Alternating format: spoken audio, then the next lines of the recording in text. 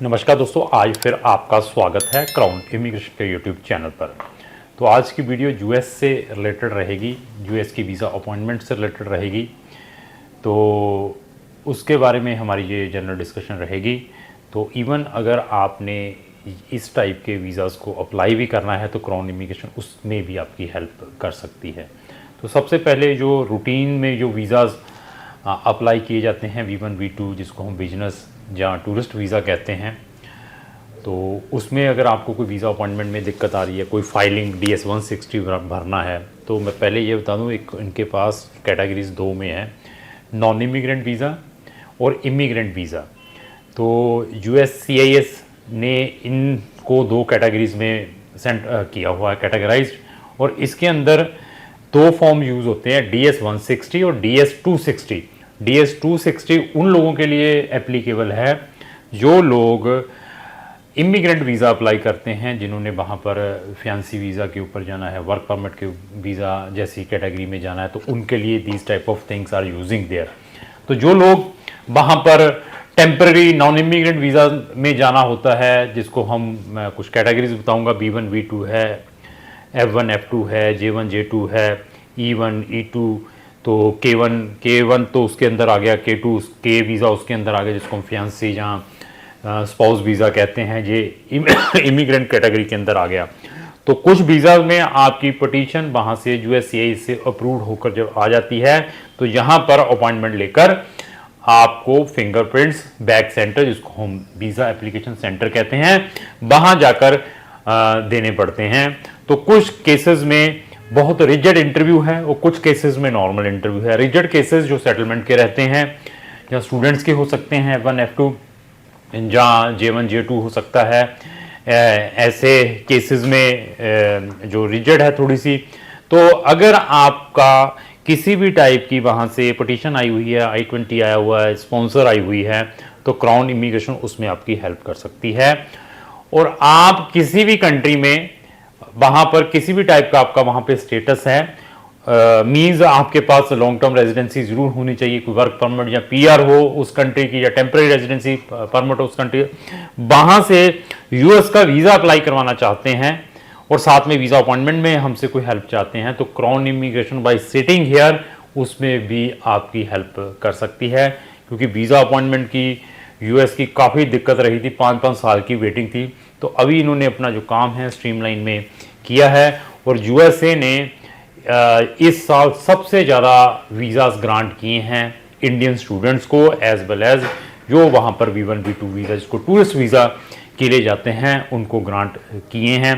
कुछ new changes भी की हैं, जो बच्चे F1 F2 वीज़ा अप्लाई करते थे, J1 J2 वीज़ा अप्लाई करते थे, तो उसमें अभी क्या था कि पहले जो वीज़ा अपॉइंटमेंट थी, हम किसी भी ईमेल ID, किसी का भी पासपोर्ट डाल के उठा लेते थे।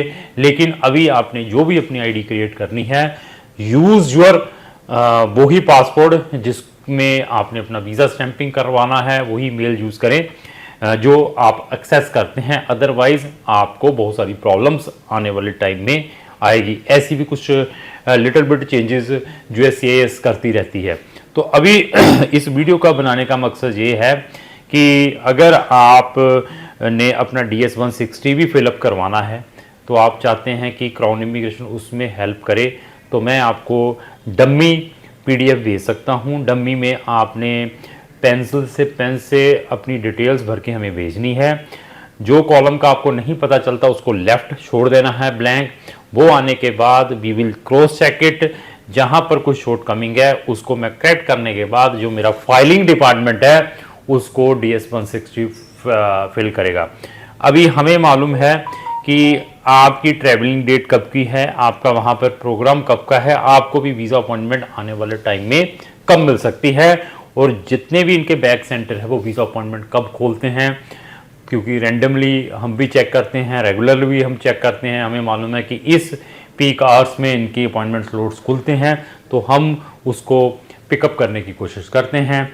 तो अभी पहले तो इनकी जो फीस थी $160 थी, अभी आई थिंक सो 186 या $180 है, जो कि अप्रॉक्स 15,500 की फ़ीस भी आपको पे करनी पड़ेगी। जो नॉन इमिग्रेंट वीज़ा अप्लाई करते हैं। जो इमिग्रेंट वीज़ा अप्लाई करते हैं तो उनकी डिफरेंट टाइप की फीसेस हैं, कहीं पे 300 है, 500 है, यू नीड टू पे US डॉलर की बात कर रहा हूँ। तो अभी आपकी I-20 आपके अपने लेवल पर आ चुकी है, आप फर्दर अपनी कोई गाइडेंस चाहते हैं क्राउन इमिग्रेशन के थ्रू, जहां आपका जीवन वहां से आ चुका, जिसको हम एक्सचेंज प्रोग्राम कहते हैं, स्पॉन्सर आ चुकी है, आप हमसे हेल्प चाहते हैं कि फाइलिंग का प्रोसेस हम करें, DS-160 आपकी वीज़ा अपॉइंटमेंट, आपका कोई कवरिंग लेटर, आपकी कोई वीज़ा इंटरव्यू, तो क्राउन इमिग्रेशन उसमें भी आपकी हेल्प कर सकती है। आपकी फैमिली की पिटीशन अप्रूव्ड होकर वहां से आई है, चाहे फैंसी वीज़ा है, चाहे आपके स्पाउस का वीज़ा है, चाहे डिपेंडेंट बच्चों का वीज़ा है, चाहे आपके सिबलिंग्स का वीज़ा है, उसमें आपने DS-260 की फिलअप 260 की कोई फिलअप करवानी है, कोई वीज़ा अपॉइंटमेंट में कोई दिक्कत आ रही है, कोई इंटरव्यू के टिप्स चाहते हैं, तो क्राउन इमिग्रेशन उसमें भी आपकी हेल्प कर सकती है, केस टू केस देखने के बाद कि आपके केस में हमें कितने एफर्ट्स करने पड़ेंगे। ड्रॉप बॉक्स के ऊपर आते हैं। B1 B2 वीज़ा में ड्रॉप बॉक्स का भी प्रिविलेज है। वो कौन से केसेस के ऊपर है, प्रीवियसली ट्रेवल्ड है या नहीं है। अगर आपका पिछले 5 या 10 साल में US का B1 B2 लगा हुआ है तो you can put your application drop box में।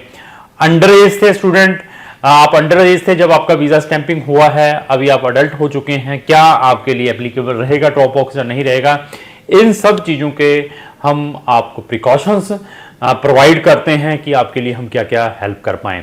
तो अगर आपने अपना स्टूडेंट वीज़ा भी किसका, कंट्री का नाम है US का, अप्लाई करना है तो क्राउन इमिग्रेशन उसमें भी आपकी हेल्प करेगी।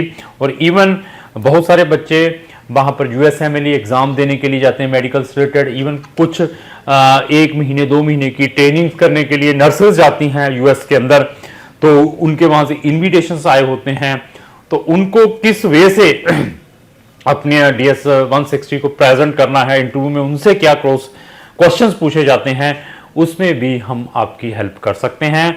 तो US से रिलेटेड अगर आपकी कोई भी क्वेरी है, स्पेशली वीज़ा अपॉइंटमेंट के ऊपर, तो आप हमारे जो डेडिकेटेड नंबर डिस्प्ले है स्क्रीन के ऊपर, वहां पर संपर्क कर सकते हैं। तो लास्ट से मेरी यही रिक्वेस्ट है, अगर आपको जो मेरी वीडियो चलेगी उसको लाइक एंड शेयर करना। Thank you.